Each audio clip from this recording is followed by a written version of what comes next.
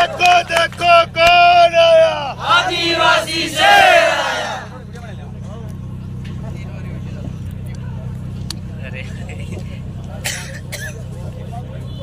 सभी साथियों को जय जोहार।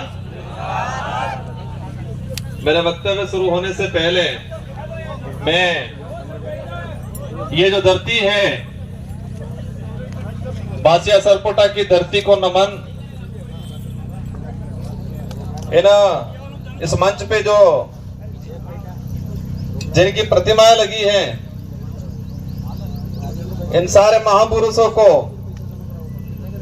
मेरी ओर से नमन करना चाहूंगा।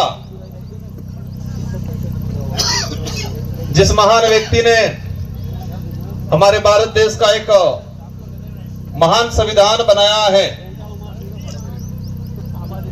विश्व का सबसे बड़ा जो लिखित संविधान बनाया है, बाबा भीमराव अंबेडकर जी को नमन। उस संविधान में आदिवासी समाज का प्रतिनिधित्व करने वाले जयपाल सिंह मुंडा जी को नमन।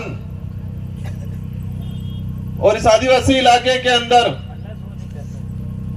जब राजा रजवाड़ा अंग्रेजों का जो शासन चलता था, उस दौरान एक भूखमरी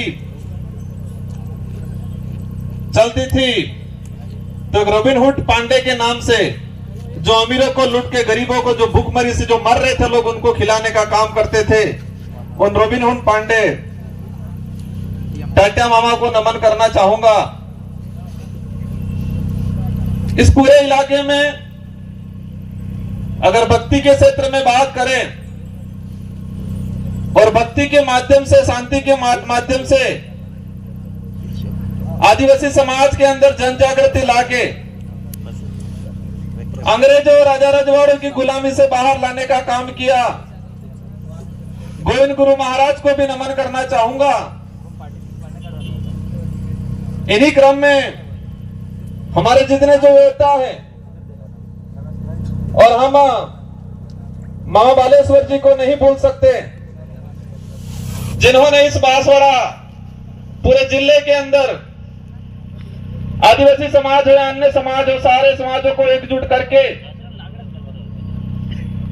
यहाँ के हक अधिकार को लेके इस क्षेत्र में काम किया। उनको भी नमन करना चाहूंगा।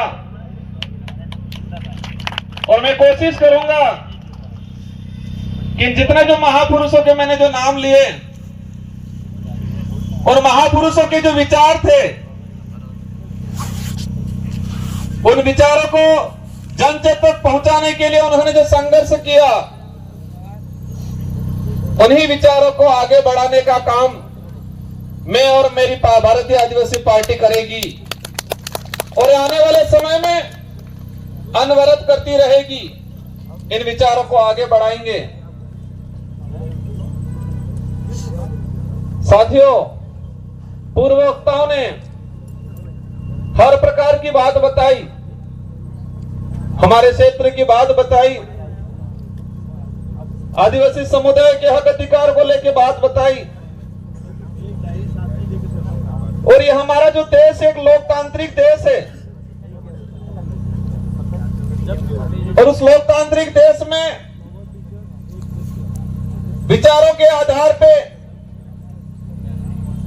जनता इन पार्टियों को मत देती है, उन नेताओं को मत देती है और विधानसभा लोकसभा में भेजती है।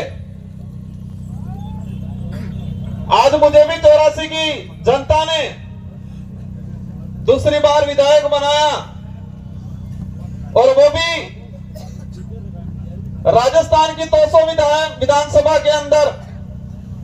उस दौरान 199 विधानसभा में एक साथ चुनाव हुआ था, और उसमें परसेंटेज के मामले में सबसे अधिक मतदान 84 की जनता ने मुझे बहुमत देकर जिताया था। उससे पहले 2018 में मुझे जिताया 84 की जनता ने।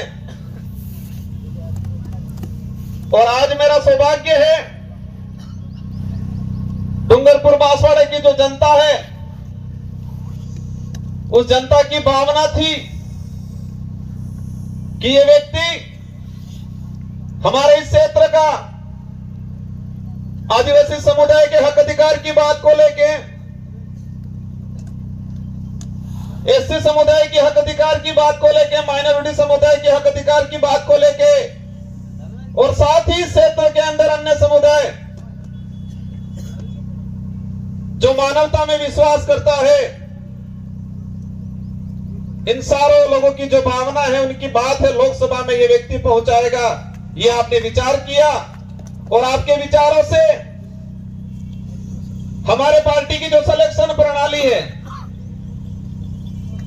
इस भारत आदिवासी पार्टी में हाईकमान नहीं होता है,